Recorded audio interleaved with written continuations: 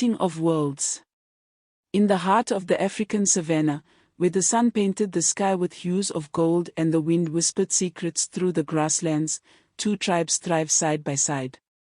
The Dagombas, led by the revered chief Tohazie, and the Mossi, under the wise leadership of Chief Ouedraogo, had coexisted for generations, their destinies woven together like the intricate patterns of a traditional Ken cloth. Tohazie, a proud Dagomba warrior with eyes the color of the earth after a summer rain, had inherited his leadership from his father, the great chief who had guided their tribe through times of plenty and times of hardship. Under Tohazie's stewardship, the Dagombas had prospered, their cattle fat and their fields lush with crops. On the other side of the vast savanna, Chief Ouedraogo ruled over the Mossi with a steady hand and a compassionate heart. His people revered him for his wisdom and his ability to see beyond the surface of things, to understand the deeper rhythms of life that pulse through the land like the beat of a sacred drum. Despite their differences in customs and traditions, Tohazie and Ouedraogo shared a mutual respect for one another. They had forged a bond of friendship through years of trade and diplomacy, each recognizing the strength and resilience of the other's tribe. But beneath the surface of this outward harmony, tensions simmered like the embers of a dying fire. Rumors of cattle raids and land disputes circulated among the tribes, threatening to ignite a conflict that could tear their fragile peace asunder. Shadows of the past. It was on a sweltering afternoon, when the sun hung low in the sky like a blazing torch, that tragedy struck the Dagomba village.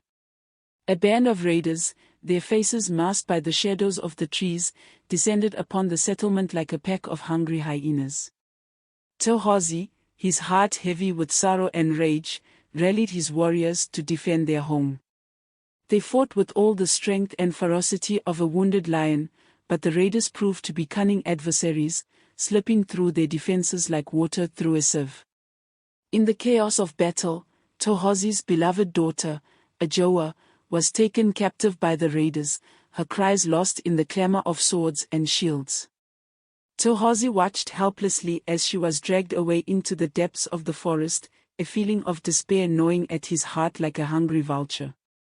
Determined to rescue his daughter and bring the raiders to justice, Tohazie set out on a perilous journey across the savanna, his warriors at his side.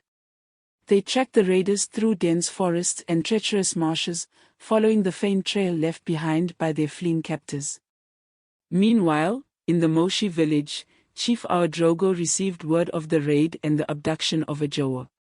His heart went out to his friend Tohazie, knowing the pain of losing a child all too well.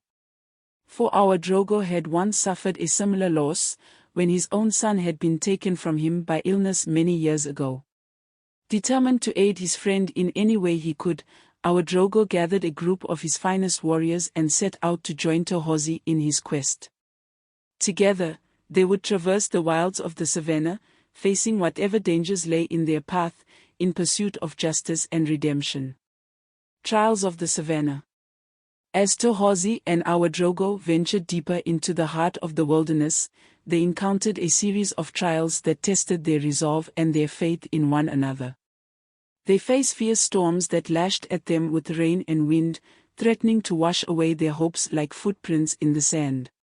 They battled through swarms of biting insects that buzzed around them like angry hornets, leaving behind painful welts and itching wounds. But through it all, their friendship remained steadfast, a beacon of light in the darkness that surrounded them. They drew strength from one another, leaning on each other's courage and determination to see them through the darkest of nights. Along the way, they encountered other tribes who offered them hospitality and aid, sharing their food and their wisdom with the weary travelers. They learned new skills and techniques from these encounters, adding to their arsenal of knowledge as they continued their journey. And as they pressed on, their determination burning like a flame in the depths of their souls, they came to realize that their quest was not just about rescuing Ajoa, but about forging a bond of unity and understanding between their two tribes. A reunion of hearts. After days of relentless pursuit, Tohazie and Ouedraogo finally caught up with the raiders, who had made camp in a remote corner of the savanna.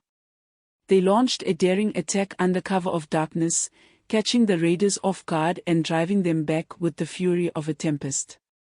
In the chaos of battle, Tohazie caught sight of his daughter, Ouedraogo, bound and gagged by her captors.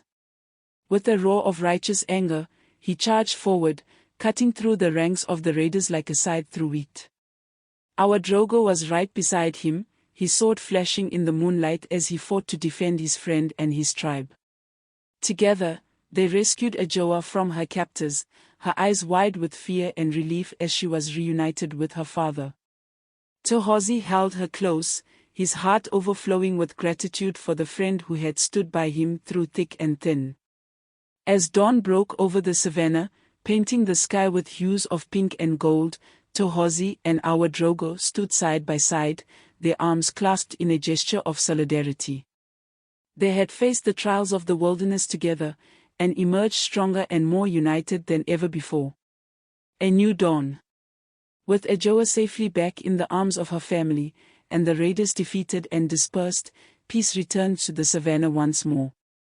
Tohazie and Ouedraogo, their bond forged in the crucible of adversity, vowed to work together to ensure that such a tragedy would never befall their tribes again.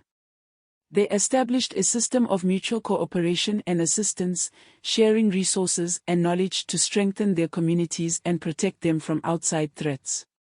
They held joint celebrations and festivals, where the Dagombas and the Mossi came together to feast and dance beneath the stars. And as the years passed, their friendship blossomed into a legacy that would endure for generations to come. For in the heart of Africa, where the winds whispered secrets and the spirits of the land danced in the firelight, the bonds of unity were stronger than any force of nature, binding together the Dagombas and the Mossi in a tapestry of peace.